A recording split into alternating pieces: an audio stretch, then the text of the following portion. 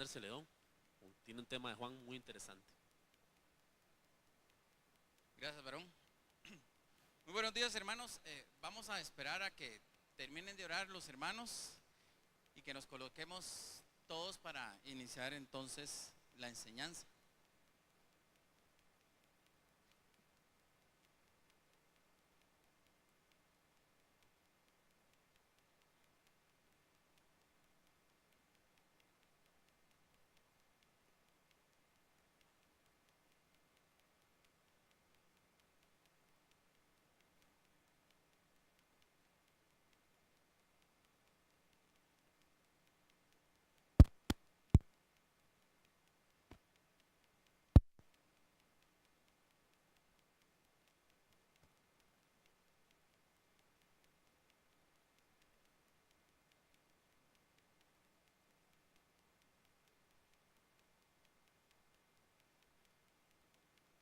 Muy bien. Gracias a Dios porque podemos orar los unos por los otros, como dice la palabra de Dios, y porque el Señor toma en cuenta eso, toma en cuenta nuestras necesidades y también el hecho de que somos una comunidad de amor y de fe. Así es. Muy bien. Vamos a empezar entonces esta mañana haciendo lo primero, que es ponernos en las manos de Dios, poner en las manos de Dios esta enseñanza y que Él a través de lo que nos dice en esta enseñanza pueda hablar a nuestros corazones y reafirmar los conceptos y también, digamos, la doctrina que hay en nuestros corazones. Amado Padre Celestial, te damos gracias en esta mañana y te damos a ti la gloria, la honra, la alabanza y el honor. Decía el pastor, Señor, que esto es una bendición tener este lugar tan hermoso para venir a adorarte y alabarte. Y por eso te damos gracias, Dios de los cielos, porque tú nos has bendecido y nos bendices cada día abundantemente, Señor. Por eso te adoramos, Señor, porque tú eres bueno y porque tú diste tu vida por nosotros, Señor Jesús, en la cruel cruz del Calvario, llevando, Señor, todos nuestros pecados, todas nuestras maldades, clavándolas ahí, Señor, junto contigo, y dándonos vida y vida abundante, como dice tu palabra, y por eso te bendecimos y te damos gracias. Te pedimos, Señor, que bendigas esta enseñanza y que tu palabra corra y cumpla el propósito que tú tienes para cada uno de nosotros. Amén.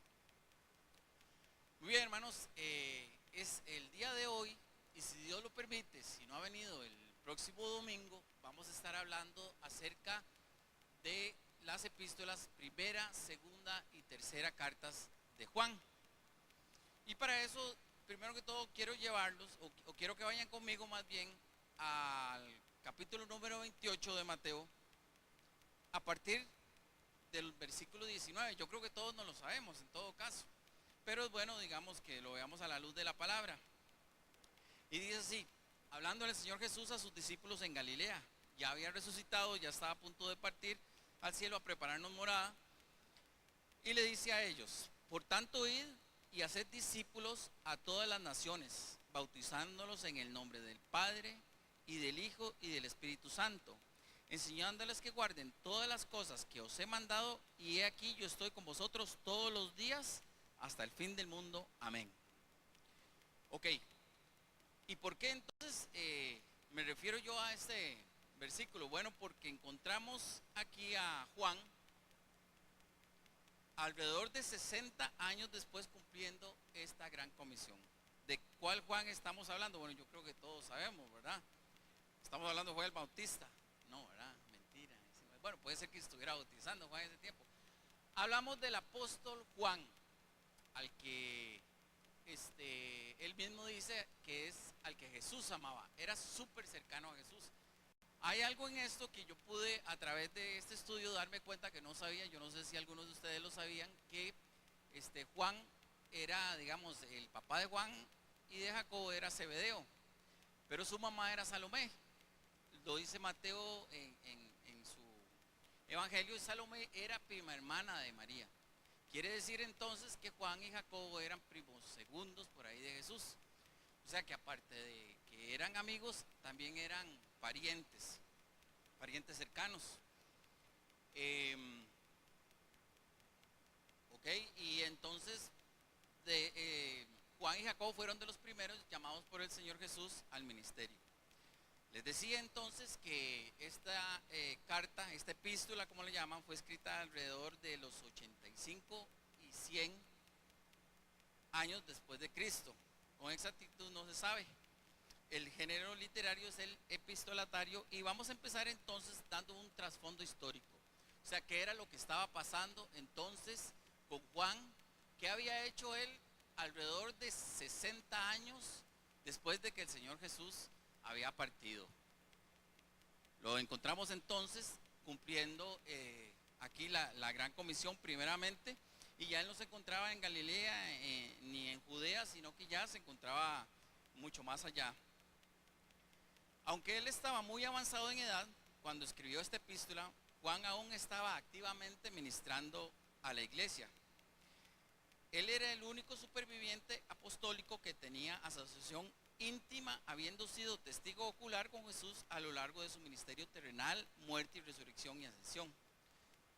Algunos padres de la iglesia como Justino, Martín, Ireneo, Clemente de Alejandría y Eusebio indican que después de ese tiempo Juan vivió en Éfeso, en el Asia Menor, llevando a cabo un programa de evangelio extensivo, supervisando a muchas iglesias que se habían levantado o que él había levantado, y conduciendo un ministerio escrito extensivo a través de epístolas, que aparte de estas tres, él escribió el evangelio y también escribió el Apocalipsis.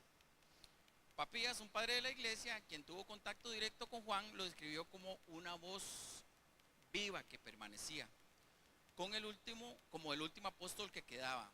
El testimonio de Juan fue altamente autoritativo entre las iglesias. Muchos diligentemente buscaron oír al que tenía experiencia de primera mano con el Señor Jesús. Imagínense entonces ustedes a Juan, o imaginémonos nosotros a Juan, ya avanzado en edad, era un viejito entre los 85, 90 y algo de años. O sea, era un anciano al que nosotros podríamos pensar, bueno, ya es un viejito, ya mejor tener ahí a don Juan, sentémoslo por ahí, que escuche la palabra, ya está cansado. Pues no era así. Por ejemplo, el caso de nosotros tenemos un pastor que ya es anciano. Qué ingrato, ¿verdad? Pero bueno, ya tenemos a don Juan Kessler. Don Juan Kessler ronda la edad más o menos que tenía Juan en este momento. Y don Juan es una persona que se mantiene activa, quizás ya por los efectos propios de la edad. Iba a decir achaques, pero muy feo, ¿verdad? Igual lo dije. Pero es lógico, ¿verdad? Todos nosotros, imaginemos nosotros. Yo sé, usted, por ejemplo, digamos, ¿cómo se imagina usted en unos 30 años que ya alcanzaría más o menos, ¿verdad? Él dice que no cree que esté por aquí. Bueno, usted no sabe lo que tiene el Señor para usted, ¿verdad? Pero yo sí me lo imagino usted aquí todavía dándole, y aquí en esa silla, y si el Señor lo permite y quiere, así es. Y si no, pues la verdad es que va más gozo, ¿verdad? Porque exactamente, ya estaría con él. Así vemos entonces nosotros a Juan, pero vemos a Juan un apóstol activo, no un pastor, sino un apóstol, porque entonces él se dirige a todas las iglesias que había fundado o ayudado a fundar en el Asia Menor. Bueno, ¿y dónde es esto? ¿Dónde es el Asia Menor? ¿Dónde es Éfeso? ¿Alguien tiene idea actualmente? Bueno, esto es Turquía, la actual Turquía, digamos, y Éfeso era el centro de esa región, muy poblada y también económicamente muy activa. Ahí vamos entonces. Éfeso, según Hechos 19:10, se encontraba dentro del centro intelectual del Asia Menor. Es decir, Éfeso no solamente había crecido económicamente, financieramente, sino también era el centro intelectual de la región. Tal como hacía predicho años atrás por el apóstol Pablo, eso lo vemos en Hechos 20, del 28 al 31, falsos maestros que se habían levantado de adentro de las filas de la misma iglesia. Oigan esto, de adentro de las filas de la misma iglesia se habían levantado falsos profetas, saturados con el clima prevaleciente de corrientes filosóficas. Comenzaron a infectar a la iglesia con falsa doctrina, pervirtiendo la enseñanza apostólica fundamental. ¿Se acuerdan cuando les hablaba del Mateo 28? Y de enseñar todas estas cosas, pues ya eso, lo que el Señor Jesucristo de primera mano les había que enseñaran, ya estaba siendo corrompido. Estos falsos maestros promovían nuevas ideas, las cuales finalmente llegaron a conocerse como gnosticismo, o sea, de la palabra conocimiento. Después de la batalla paulina, es decir, de Pablo por la libertad de la ley, ¿se acuerdan que al principio entonces querían todos los que llegaban a Cristo, querían forzarlos a a seguir con la ley. Bueno, Pablo dio la batalla fuertemente acerca de eso, o sea, acerca de la libertad que tenemos en Cristo. Pero entonces, posteriormente a eso, vino esta falsa doctrina del gnosticismo, que era la herejía más peligrosa que amenazó a la iglesia primitiva durante los primeros 3 siglos. Oigan, 3 siglos amenazados por esta herejía, que yo inclusive digo que va más allá, y como lo vamos a ver ahora, que hasta nuestros tiempos, ya hoy 20 siglos, entrando al 21 después de Cristo, o ya avanzadito, ¿verdad? Ya ni entrando, vemos que todavía persisten este tipo de herejías. Lo más probable es que Juan estaba combatiendo los principios de esta terrible herejía que amenazaba destruir los fundamentos de la fe y de las iglesias. Aquí yo les voy a decir algunos términos que posteriormente se van a repetir porque necesito que queden en nuestros corazones y en nuestra mente por si en algún momento ustedes les preguntan. El primero de estos es gnosticismo, que se refiere a conocimiento. O sea, que unos tenían un conocimiento elevado, es correcto, por encima inclusive de los pensamientos que había dejado nuestro Señor Jesucristo. El gnosticismo, influenciado por filósofos tales como Platón, aquí vemos a Platón metido ahí, promovía un dualismo afirmando que la materia era inherente mala y que el espíritu era bueno. Como resultado de esta presuposición, oigan, estos falsos maestros, aunque atribuían alguna forma de deidad a Cristo, negaban su verdadera humanidad para preservarlo de mal. Oigan, menudo favor le estaban haciendo, ¿verdad? O sea, como para no meterlo dentro del mal, vamos a decir, bueno, entonces el Señor Jesucristo era espíritu, pero no era carne, ¿verdad? No era humano, cosa que no puede ser. Jesucristo, para poder, y lo vamos a ver más adelante, para poder pagar por nuestros pecados, necesitaba ser enteramente Dios y enteramente hombre, porque si no, no resultaba entonces, ¿verdad? La ecuación para nosotros, no para Él, para nosotros.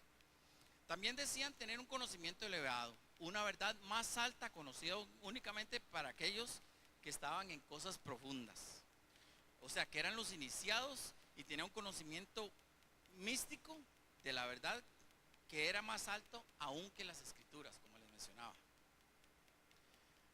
En lugar de la revelación divina, o sea, en lugar de que la revelación divina, o sea, la palabra de Dios estuviera de pie como juez delante de las ideas del hombre, ellos decían lo contrario, o sea, que las ideas del hombre juzgaban, oiga, juzgaban la revelación de Dios. En 1 Juan 2, 15 al 17. La herejía incluía 2 formas básicas. En primer lugar, algunos afirmaban que el cuerpo físico de Jesús no era real, sino solo parecía ser físico. Eso es conocido como docetismo. Segundo término, de una palabra griega que quiere decir aparecer. Juan con fuerza afirmó la realidad física de Jesús al recordarles a sus lectores que él era testigo ocular de Cristo, oído, visto, palpado. Jesucristo ha venido en carne, como lo vemos en 1 de Juan 1:4. Vamos a ver, hay varios pasajes, 1 de Juan 1:4, 4:2 y el capítulo 3. Vamos a irnos a 1 de Juan capítulo 4 por asuntos de tiempo, nada más vamos a ver este. Dice así.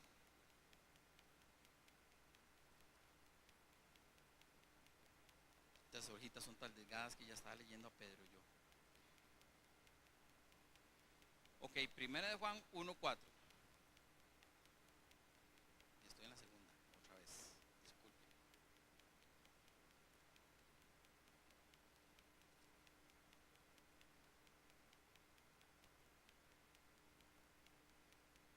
Ajá. Del 1 al 4. Del 1 al 4, perdón. La palabra de vida dice, lo que era desde el principio, lo que hemos oído, lo que hemos visto con nuestros ojos, lo que hemos contemplado y palpado en nuestras manos tocante al verbo de la vida, o sea, de Jesucristo. Porque la vida fue manifestada y la hemos visto y testificamos, dice Pablo aquí. Y os anunciamos la vida eterna, la cual estaba con el Padre y se nos manifestó. Y lo hemos visto y oído, eso os anunciamos, para que también vosotros tengáis comunión con nosotros. Y nuestra comunión verdaderamente es con el Padre y con su Hijo Jesucristo. Estas cosas os escribimos para que vuestro gozo sea cumplido. Amén. Muy bien. De acuerdo con la tradición más antigua, o sea, Ireneo, otra forma de esta herejía, la cual pudo haber atacado Juan, era guiada por un hombre llamado Cerinto, quien contendía que el Espíritu de Cristo descendió sobre Jesús humano en su bautismo, pero lo dejó antes de su crucifixión. Juan escribió que el Jesús que fue bautizado al principio de su ministerio era la misma persona que fue crucificada en la cruz. Recordemos que Juan estuvo a lo largo de todo el proceso de la vida de Jesucristo hasta su crucifixión cercano, entonces él de esto testificaba. Tales posiciones herejes destruyen no solo la verdadera humanidad de Cristo, de Jesucristo, sino también la expiación, que es a lo que vamos, les decía yo, ya que Jesús no solo debió haber sido verdaderamente Dios, sino también verdaderamente hombre y físicamente real, quien de hecho sufrió y murió en la cruz para ser sacrificado, sacrificio aceptable y sustituto por el pecado. Vamos a Hechos 2, 14 al 17, solo para dejar claro este punto. Perdón, Hebreos 2, del 14 al 17. Dice así: así que, por cuanto los hijos participaron de la carne y sangre, él también participó de lo mismo, para destruir por medio de la muerte al que tenía el imperio de la muerte, esto es, al diablo, y librar a todos los que por el temor de la muerte estaban durante toda la vida sujetos a servidumbre. Porque ciertamente no socorrió a los ángeles, sino que socorrió a las de descendencia de Abraham, es decir, a nosotros. Amén. Por lo cual debía ser todo semejante a sus hermanos, para venir a ser misericordioso y fiel, sumo sacerdote en lo que a Dios se refiere, para expiar los pecados del pueblo. Así que vemos entonces que Jesucristo por esa razón tenía que ser Dios y hombre, y ser palpado, ser visto, ser sentido por los de su época, y obviamente nosotros por fe. La idea gnóstica de que la materia era mala y de que solo el espíritu era lo bueno, llevó a la idea de que o el cuerpo debía ser tratado ásperamente, que esto es una forma de ascetismo, Colosenses 2, 21 al 23, es decir, que nuestro cuerpo tiene que ser golpeado, ¿verdad? Lacerado por culpa de nuestros pecados, como lo hace mucha gente inclusive actualmente. O el pecado cometido por el cuerpo no tenía relación o efecto en el espíritu de la persona. Esto llevó a algunos, especialmente a los oponentes de Juan, a concluir que el pecado cometido en el cuerpo físico no importaba. Desenfreno total en inmoralidad era permisible. Uno podía negar que el pecado aún existiera, dice 1 de Juan 8:10, y menospreciar la ley de Dios, 1 de Juan 3:4. Juan enfatizó la necesidad de obedecer las leyes de Dios, ya que definió el verdadero amor de Dios como obediencia a sus mandamientos, dice 1 de Juan 5:3. O sea, vean qué cáscara. Decir entonces que si mi cuerpo está separado de mi espíritu, lo que yo haga en el cuerpo no importa. Entonces, qué fiesta, ¿verdad? Nosotros podríamos pensar inclusive que esto sucede allá, pero sucede acá también. Yo no sé cuántos de ustedes han oído hablar de la iglesia de Creciendo en Gracia. Salvo siempre salvo, ¿verdad? Lo de los 3 6 que ponen acá. ¿Alguien ha oído eso? El señor el pastor de ellos, el que los guiaba, era José Luis de Jesús Miranda, que se decía el Jesús vivo, Papito. Pues resulta que Papito murió en el 2013, el 17 de noviembre, o sea, ya vamos para ¿cuántos? 4 años de que el hombre murió. Y véanlo cómo, digamos, este tipo de doctrinas Satanás nuevamente las infiltra. Juan luchó por ellas en ese tiempo, hace 20 siglos. Actualmente todavía nosotros, la iglesia, tenemos que pararnos firme y decir no, porque van a llegar, así como llegaron, y van a llegar más. Van a llegar más, van a estar tocando a las puertas de su casa, o ya ni tanto, no hace falta.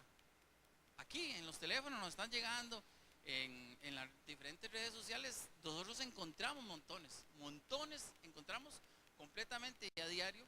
Ahí inclusive yo he estado investigando y he estado viendo diferentes doctrinas a raíz de esto mismo, y hasta la misma, digamos, la iglesia oficial de Costa Rica, digamos, yo no pensaba, digamos, honestamente, y yo que fui parte de ella, que tuvieran doctrinas tan, pero tan, separadas de lo que dice la palabra de Dios. Ellos dicen, por ejemplo, que para nosotros somos herejes porque nosotros hablamos de un arrebatamiento, el cual no va a suceder, que lo que se llama el milenio es una herejía. El gobierno milenial de Cristo, hablamos que eso es una herejía. Este tipo de cosas que inclusive uno piensa, bueno, o yo pensaba, bueno, no están tan alejados de nosotros, pero desafortunadamente sí, y no es de nosotros, es de la palabra de Dios que están alejados. Bien, una falta de amor por otros creyentes caracteriza a los falsos maestros, dice Juan, especialmente al reaccionar en contra de cualquiera que rechaza su nueva manera de pensar. Eso lo vemos en 1 Juan 3 del 10 al 18. ¿Qué estaba pasando aquí? Que estos falsos maestros que se habían levantado y habían estado enseñando a otros de las mismas iglesias, entonces a los que no aceptaban estas doctrinas, lo rechazaban. Entonces Juan les habla en esta carta de eso. Ellos separaban a sus seguidores engañados de la comunión de aquellos que permanecían fieles a la enseñanza apostólica, llevando a Juan a responder que tal separación externamente manifiesta que aquellos que seguían a falsos maestros carecían de salvación genuina. Vea lo que les dice Juan en 1 Juan 2:9, que esta gente no tiene verdadera salvación. Es decir, si no hay una doctrina sana, si no hay una doctrina conforme a Cristo, no puede existir salvación en las personas. Había un problema aquí y por eso Juan les escribe que la partida de Juan, o sea, él ya se sentía viejito, dejaba a los otros creyentes, quienes permanecían fieles a la doctrina apostólica, sacudidos. Es decir, decían ellos, ¿qué vamos a hacer? Si Juan se nos muere, ¿qué va a pasar con nosotros? Porque toda esta gente se viene levantando con fuerza. Respondiendo a esta crisis, el anciano apóstol escribió que para reafirmar a aquellos permaneciendo fieles y para combatir esta grave amenaza en contra de la iglesia, debido a que esta herejía era tan peligrosa y el periodo de tiempo era tan crítico, para que la iglesia en peligro de ser abrumada por falsa enseñanza, Juan les escribe gentilmente, amorosamente, pero con autoridad apostólica incuestionable, y por eso envió esta carta a las iglesias, a su esfera de influencia, para detener esta plaga de falsa doctrina que se estaba esparciendo. Es decir, Juan les habla amorosamente, cariñosamente, tranquilo, pero con suficiente autoridad. Así como cuando usted se jala aquí una torta y el pastor lo llama, yo no sé si a usted les ha pasado, pero a mí sí me ha pasado. Entonces el hombre dice, varón, venga, necesito hablar con usted. Y uno dice, pero efectivamente, él lo hace con amor y así lo hacía Juan. Decía, venga, hablemos, y así lo dejó escrito en las cartas. Muy bien, hasta aquí, me quedan 6 minutos, casi 7, más uno que pasaron orando o 2. Entonces, voy a terminar de ver algunos aspectos fundamentales. Entonces, estaba dirigida, y a ver si alguno me ayuda, a ver si se acuerdan, dirigida a cuáles iglesias. ¿A dónde estaban? En Asia Menor, muy bien. Estas eran a iglesias compuestas por cristianos maduros, judíos y gentiles, y muy conocidos de Juan. La fuerza de estas iglesias era su madurez y el tiempo en la fe. Y la debilidad que tenía era que dentro de esas iglesias se habían levantado falsos maestros. La idea principal era una carta de amor que alerta sobre los falsos maestros y sus doctrinas. El amor y la posición de los hijos de Dios para guardarse de lo que no es de Él. Un llamado a permanecer en Jesús y a conocer lo que Él hizo por nosotros. Vamos a ver el énfasis, que Jesús, quien vino en carne, es el Hijo de Dios. Que Jesús mostró el amor de Dios por nosotros mediante su encarnación y crucifixión. Que los verdaderos creyentes se aman unos a otros como Él los amó en Cristo. Que los hijos de Dios no pecan habitualmente, pero cuando pecamos, recibimos perdón. Que los creyentes pueden tener plena confianza en que Dios los ama, que por confiar en Cristo ahora tenemos vida eterna. Muy bien, 1 Juan 2:1, hijitos míos, estas cosas os digo para que no pequéis, pero si alguno pecare, abogado tiene para con el Padre a Jesucristo, el justo. Amén. Y esa es nuestra esperanza. Nosotros no es que no pecamos, no es que tenemos la aureola en la cabeza ya y ya todo está resuelto, no. pero el que peca inmediatamente tiene chance, o sea, ni lo piense. Si usted pecó, ni lo piensa, ahí donde ya está usted sintiéndose contristo, vaya a Cristo, ahí tiene usted a su abogado. Algunas características particulares: Juan es el apóstol del amor y menciona el amor a lo largo de esta carta, y hay una gran similitud entre esta carta y el Evangelio de Juan en vocabulario, estilo e ideas principales. Juan emplea afirmaciones breves y palabras sencillas, presenta contrastes agudos, es decir, luz, tiniebla, verdad, error, Dios, Satanás, vida y muerte, amor y odio. Vamos a ver una vista panorámica de la carta. Los lectores son descritos de varias maneras interesantes a través de esta primera carta del apóstol Juan. Ellos eran creyentes, 1 Juan 2:19, 3:1, 5:13, de la familia de Dios, 1 Juan 2:12 al 14, conocían la verdad espiritual, 2:21. Aunque algunos maestros falsos habían salido de entre ellos, 1 Juan 2 del 18 al 19, estaban en peligro de amar el mundo, 1 Juan 2:15 al 17, de ser indiferentes a otros cristianos necesitados, 1 Juan 3:15 al 18. Muy bien, algunos de los aspectos principales: el apóstol Juan consideraba que los incrédulos no debían estar en la familia de Dios, así que él acentúa la doctrina de la regeneración, es decir, del nuevo nacimiento, que era lo que yo les decía hace un rato. Muy bien, entonces desea que los lectores estén realmente en la familia de Dios. Por eso resume varias confirmaciones del nuevo nacimiento. La relación de los creyentes con Cristo es mencionada, lo que implica vida eterna, también la genuina comunión, la defensa justa de Cristo y la obediencia de los mandamientos, la relación de los creyentes con otros hijos y con sus enemigos. Vean todo lo que dice, ¿verdad?, en una carta tan pequeña, es increíble. Una vez que el nacimiento es confirmado, la conducta dentro de la familia de Dios necesita ser demostrada. La enseñanza práctica que Juan da en la última parte de su carta se expresa en términos de que la naturaleza de Dios, 1 Juan 3, 1 al 24, su amor, 1 Juan 4, del 1 al 21, y sus certezas, 1 Juan 5, del 1 al 21, que deben expresarse por los creyentes en su vida diaria. Entre estos aspectos de la vida cristiana nos sirven como un testigo poderoso de la autenticidad de la fe cristiana. Es decir, que todos nosotros debemos demostrarle a los demás, a los hermanos y al mundo lo que somos. Muy bien, habla de anticristos, de mentirosos, de hijos del diablo y de falsos profetas que unieron sus fuerzas en el Asia Menor para engañar a los cristianos y alejarlos de la verdad. Y esto es algo importante. Nosotros tenemos que tener claro que Satanás siempre va a tratar primero de separarnos, luego de que demos falso testimonio o inclusive de mentirle a los demás de lo que nosotros somos. O sea, que nosotros debemos permanecer en armonía, debemos permanecer con fuerza.